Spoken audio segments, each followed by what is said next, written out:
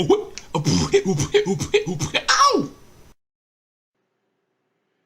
Greetings, YouTube. This is DecKrash, better known as Brandon, and I'm here with another Defiance review. So, Season 3 has started, and it looks like the creators of this series have decided to hit the ground running once again. I like how the first season of this show has started off kind of... It was okay. It was pretty good. It got people's interest running, and especially how from the middle point on, things got more and more dangerous.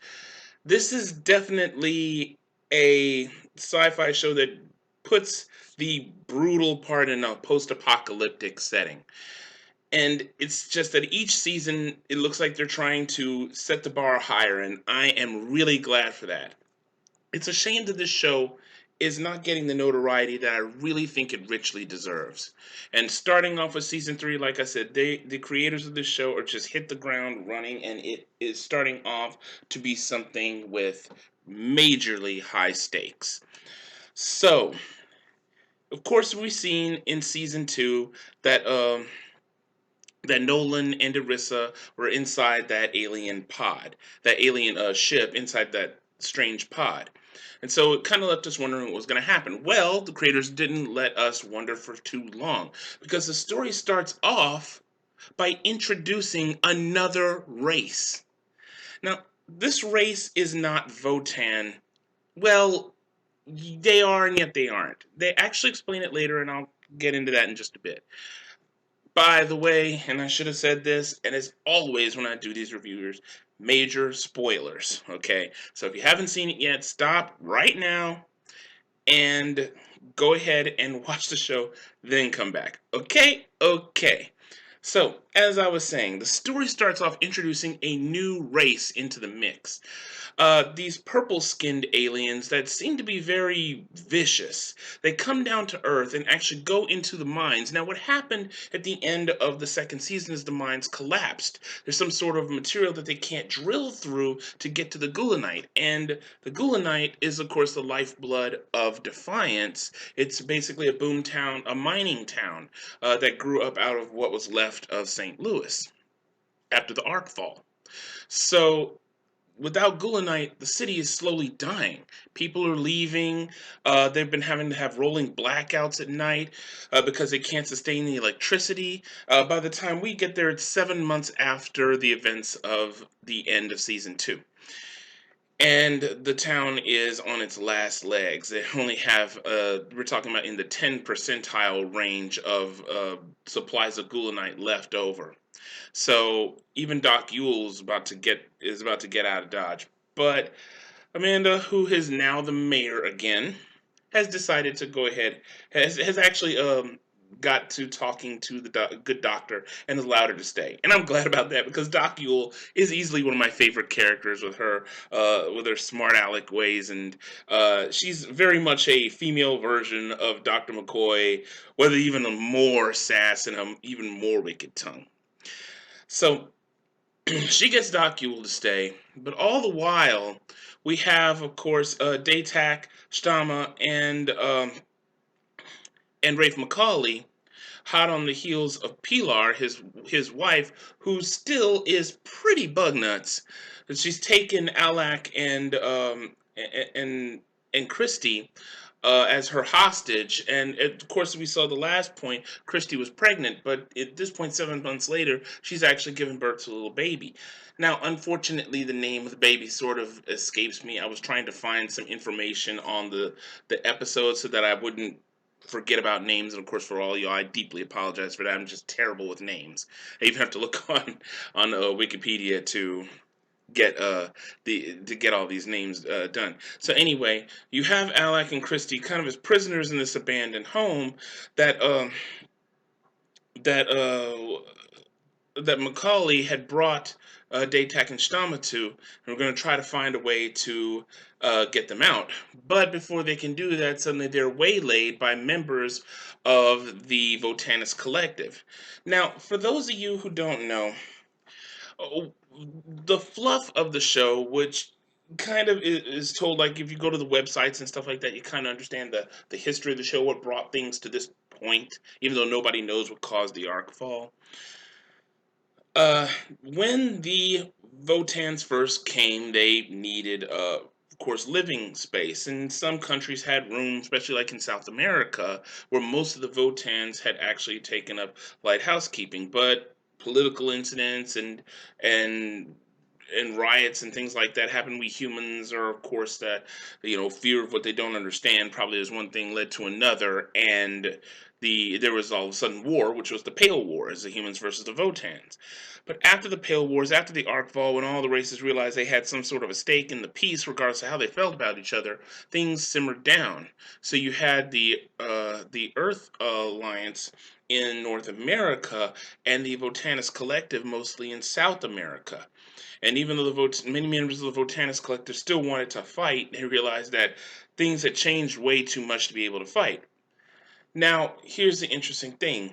At the end of the second season, of course, we have Irisa, who was possessed by that arc brain, had used its programming to start causing terraforming on Earth, and in the process destroying New York City, which was, of course, the the center of the Earth government. And so now, without any kind of central government, the Earth government forces have the Earth forces have split up and have left Defiance now high and dry in more ways than one. So we have the Earth Alliance splitting, Defiance on its own now, without any kind of power source or any kind of income. So the city's on its last legs, and then you have a detachment from the the uh, the Votanus Collective heading into Defiance to wipe it out. I guess Defiance must have been a very important town for the Earth government. Well, it is with all the Gulenite, of course. So they were trying to cripple the human race, and well, they're led by this crazy Castathan, and all of a sudden his name escapes me right now, and I'll make sure to have some list of names in the doobly-doo later on once I get hold of the new characters. I'm looking on, even Wikipedia doesn't have any new characters listed right now, but it will eventually. It gets updated fairly quickly. So once again, I apologize. But anyway, this new leader of the of the oh good grief, the Votanus Collective is crazy as a loon and hates humans' guts. He even has a set of human heads on pikes, and was in one scene where he was talking to Stama and Daytak is inspecting human ears. And so Stama and Daytak pretend to have Rafe McCawley as their captive, while they decide to hang out with the members of the Votanus Collective. But during this time, they end up finding the house that Pilar and McCawley's and Alak are right now hanging out in. So this is a huge shakeup in the entire story, because a lot of characters at this particular point just get offed. Rafe McCawley gets plugged with bullets, and even Christy. Oh God, Christy. For those of you who watched it, that was hard to watch. She just had that baby, and then the leader of the Votanus Collective pretty much forces Stama to kill Christy with Daytak's knife to prove her loyalty, and leaving only Alak and Pilar as the only two survivors. They ended up offing Rafe's son, the one who had actually gotten them kidnapped by Pilar in the first place. Well, personally, I say good riddance, but but of course, even I wouldn't have wished something like that on Rafe, who was oh man, just completely destroyed by that. And he pretty much had given up on life. Went in, guns blazing, when they plugged him full of bullets. And the last thing he did was held his daughter's hand. But even then, he was still hanging on for hours and hours afterwards. And that was just amazing, just to tell Alak, don't think about this terrible moment. You have a son to take care of. But what happens? Pilar and Alak go out into the wilderness trying to get away from the Votanus Collective, and they find a Winnebago out in the middle of nowhere that's just owned by this kindly elderly couple She goes in there, puts her gun down, and they take her in. Talking about Pilar, and she just sneaks back outside, grabs the shotgun. You hear two shots, and yeah, and then Pilar sitting there telling Alak about how I'm not crazy. I did what I needed to do, sitting there taking care of that baby. And she tells him, "Oh, you can depend on me. Your parents are terrible people, but you can depend on me." And then the second Alak falls asleep, he wakes up and finds out that Pilar is bugged out with his baby. Yeah, that happened. By the way, this is the first time they've actually shown a half-breed baby, or even any half-breed. They're mentioned in the show, and I've heard of them mentioned in the game, which I haven't really played much of.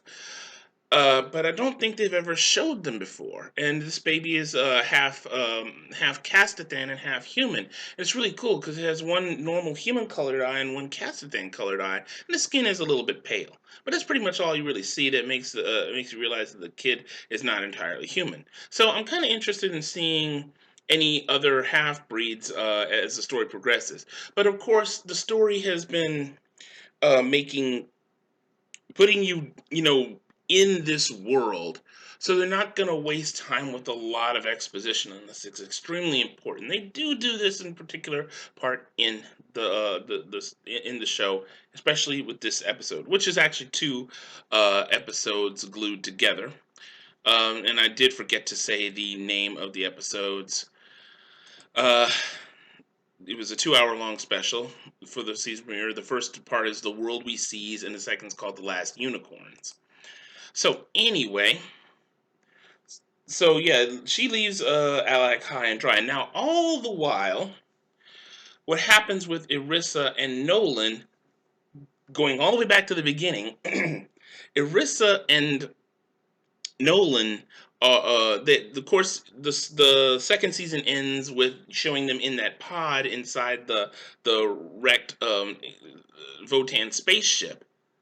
Well, what I was saying is they introduce a new race into this show. What happens is they appear and land on Earth. They're actually looking for the Gulenite because their ship is almost out of power and in need of repair. It's a father and his daughter, two aliens. You do get their names later on. It's Kazindi is the daughter and Tavagan is the father. Now, as to who and what they are, I'll be telling you that in just a few. So they go into the mines and find the last of the pods, and that's the one containing Irisa and Nolan. Uh, it's the only one still active. So they actually get Irisa and Nolan out of the pod. Now the daughter actually looks like she wants to eat them. She opens her mouth inhumanly wide, and all her teeth are like shark's teeth. They're all sharp and well, not serrated, but they're all razor sharp. So you're like, what? What is this? Well, you find out later on when Nolan wakes up in the mine and sees the purple skinned girl, but he knocks her out. And she knocks him out, excuse me, and he wakes up in the woods next to Arissa. And it's dead. It's a dead of winter, of course, so you're having the stakes being raised pretty high, especially in the desperation of Defiance in need of power. People are using gas lamps and things like that to try to keep the city running.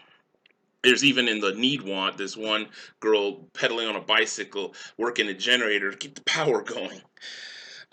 So anyway, what happens is that Nolan sees a flare, some sort of signal for the Votanus Collective, and finds two spies who are living in Defiance shooting off signals to the Votanus Collective, so he knows something big's about to go down. Not only that, but to conserve power, the Defiance has had to actually shut off the outer perimeter gate. Uh, which of course kept most races out. If you remember the very first episodes of the first season when they had the attack by the Volge, it was because of the gate being off. So he goes back into Defiance with Irisa, who, well, unfortunately to many is persona. Well, at least to what's that girl's name? Uh, It was Tommy's girlfriend for a brief time, and now all of a sudden I can't remember. Oh, Berlin, that's her name. So anyway, yeah, Berlin is like the only member of the Earth government still left in Defiance, and she's actually become the sheriff.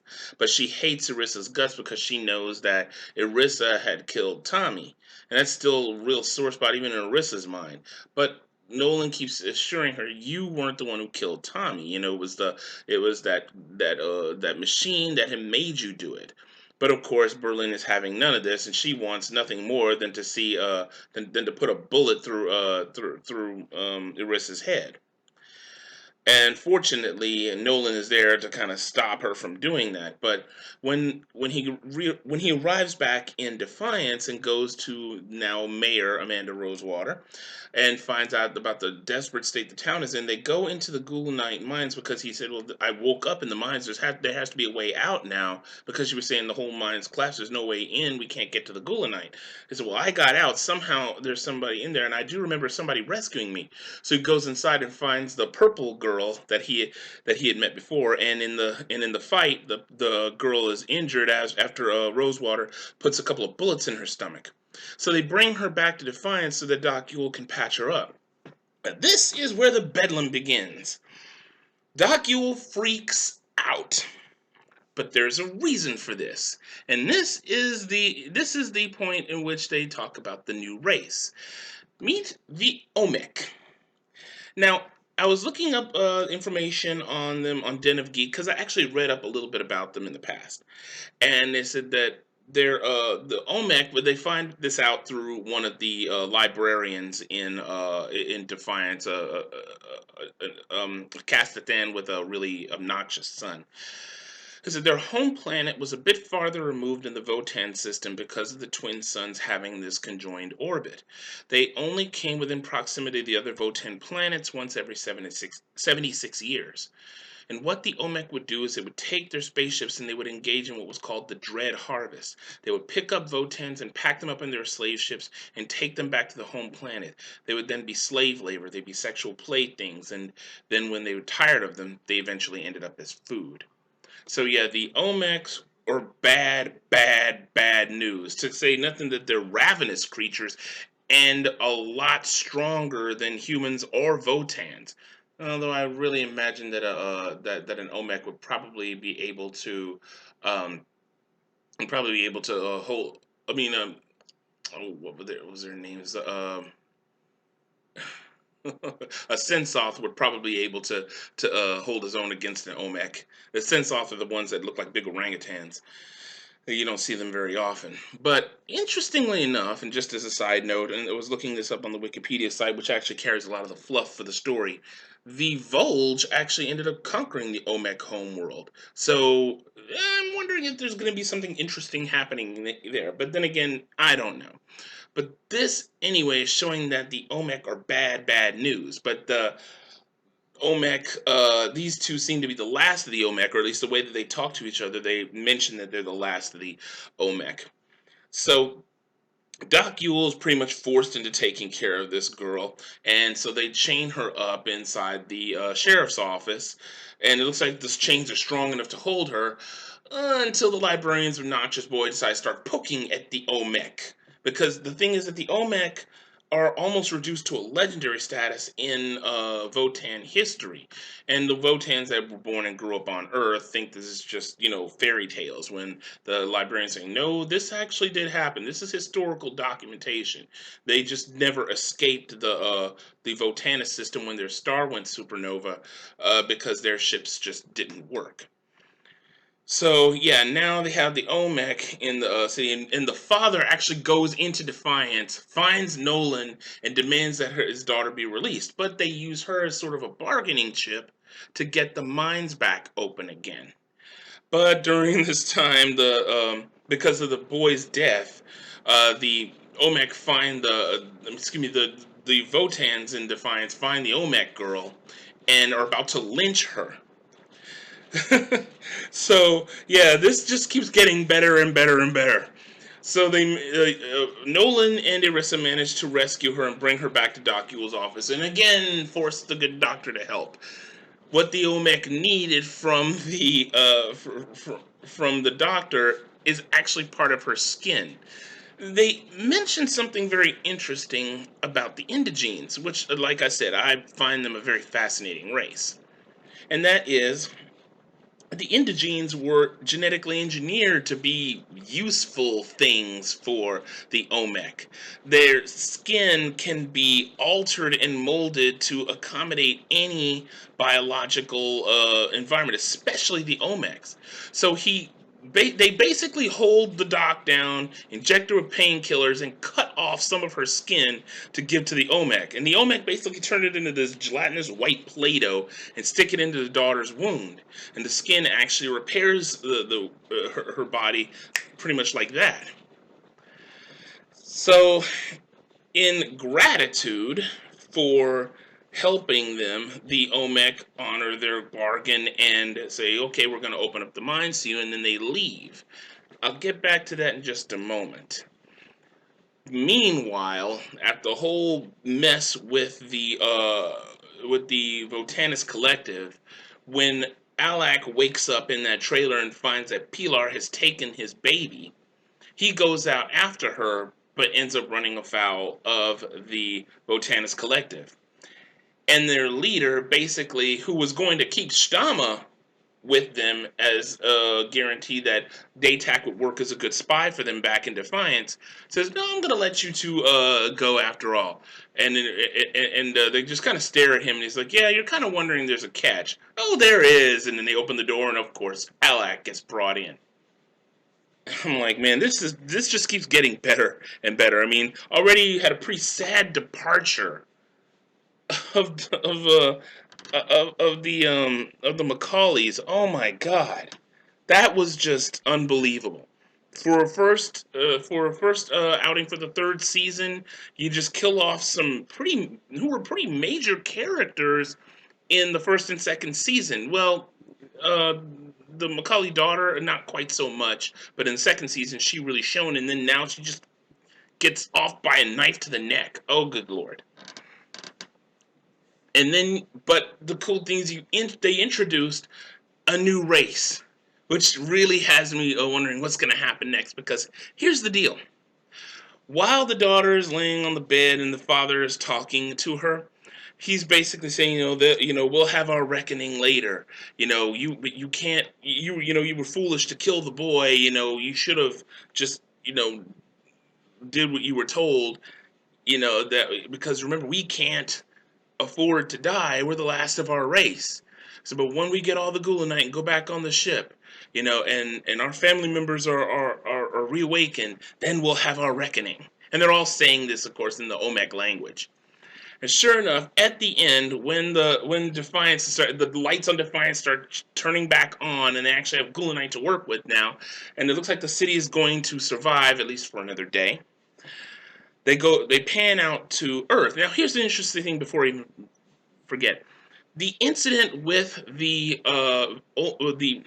Votan Ark ship actually caused the pieces of Ark debris around the Earth to go farther out into orbit, forming actually a ring around the Earth. So instead of it surrounding the Earth and creating an impenetrable barrier and too much radiation so that you can't have flying machines like planes in the sky anymore, they have now the ability to go into orbit and go into space now. They just have to avoid the Ark ring. This is what allowed the Omec to actually land on Earth.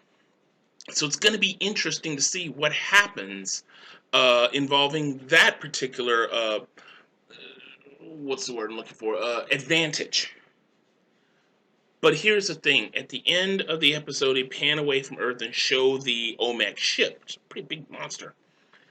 But inside, they show all these little, like, glowing bluish drones working inside the ship.